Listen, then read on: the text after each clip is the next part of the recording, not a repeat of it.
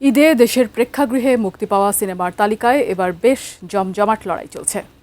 5টি সিনেমা মুক্তি পেলেও আলোচনা আর আয়ের দৌড়ে দেখা গেছে ভিন্নতা। দর্শক চাহিদার তুঙ্গে থাকা এই সিনেমাগুলোর মধ্যে আয়ের হিসেবে সবাইকে ছাড়িয়ে অনেকটা অপ্রতিদ্বন্দ্বী আফরান নিশো অভিনীত দম।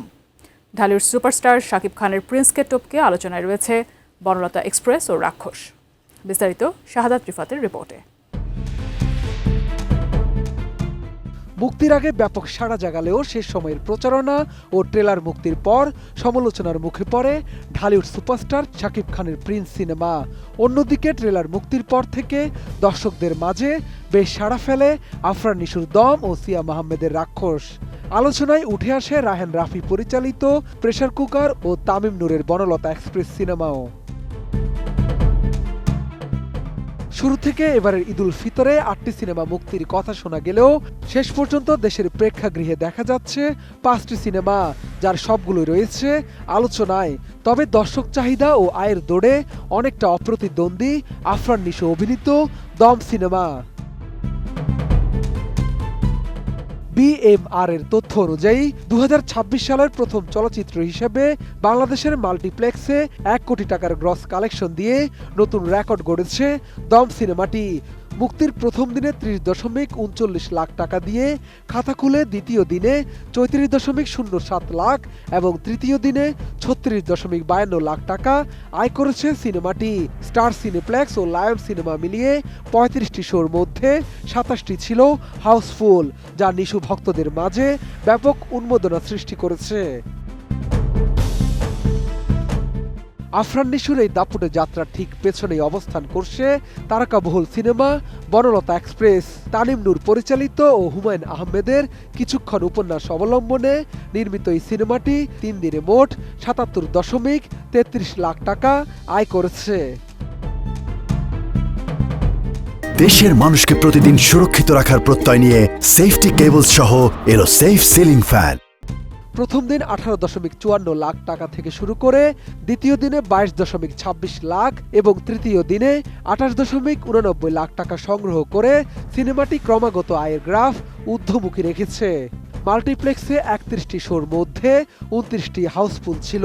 মোশাররফ করিম, চঞ্চল চৌধুরী, শরীফুল রাজ ও সাবিলা নূরদের এই সিনেমাটি প্রমাণ করেছে যে শুধু অ্যাকশন নয়, জীবনমুখী গল্পের সিনেমার প্রতিও দর্শকদের প্রবল আগ্রহ রয়েছে।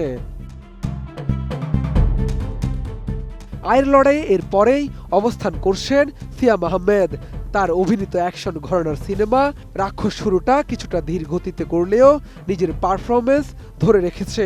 প্রথম 3 দিনে সিনেমাটির মোট আয় দাঁড়িয়েছে 56.14 লাখ টাকা। প্রথম দিন 13.93 লাখ, দ্বিতীয় দিন 20.28 লাখ এবং তৃতীয় দিনে 21.92 লাখ টাকা আয় করেছে রাক্ষস। অন্যদিকে ঢালিউডের শীর্ষনায়ক শাকিব খানের Prince once upon A time in Dhaka 3 দিনে মোট আয় করেছে 51.54 লাখ টাকা। মুক্তির প্রথম দিনে 16.19 লাখ এবং দ্বিতীয় দিনে 20.6 লাখ টাকা আয় করলেও তৃতীয় দিনে কালেকশন কিছুটা কমে 15.29 লাখ টাকায় দাঁড়িয়েছে। আবু হায়েত মাহমুদ পরিচালিত এই সিনেমায় শাকিব খানকে আন্ডারওয়ার্ল্ডের গ্যাংস্টার ইমেজে দেখা গেলেও আয়ের দৌড়ে আপাতত দম কিংবা বনলতা এক্সপ্রেসের চেয়ে পিছিয়ে আছেন তিনি। তবে সামাজিক মাধ্যমে শাকিব ভক্তদের ইতিবাচক প্রতিক্রিয়া অব্যাহত রয়েছে। শাকিবের বিপরীতে সিনেমাটিতে রয়েছেন ওপার বাংলার জনপ্রিয় অভিনেত্রী জ্যোতির্ময় কুণ্ডু। সবশেষে রায়হান রাফি পরিচালিত নারীকেন্দ্রিক সিনেমা প্রেসার কুকার ধীরে ধীরে দর্শকদের নজর কাড়ছে। প্রথম 3 দিনে সিনেমাটি মোট 29.32 লাখ টাকা আয় করেছে। অবাক করা বিষয় হলো প্রথম দিনে 6.12 লাখ টাকা আয় করলেও পজিটিভ ওয়ার্ড অফ মাউথ ছড়িয়ে পড়ায় তৃতীয় দিনে তা বেড়ে 12.15 লাখে পৌঁছেছে। নারী প্রধান চরিত্র অবলম্বনে নির্মিত বুবলি ও নাফিজা তুষিদের এই সিনেমাটির আয় দিনে দিনে বাড়ছে, যা সংশ্লিষ্টদের জন্য ইতিবাচক সংকেত। সব মিলিয়ে ঈদের এই সিনেমা যুদ্ধ বাংলা চলচ্চিত্র শিল্পের জন্য একটি সফল মৌসুমের ইঙ্গিত দিচ্ছে বলে মত সংশ্লিষ্টদের। Shahadat Hossain Rifat, ATN news.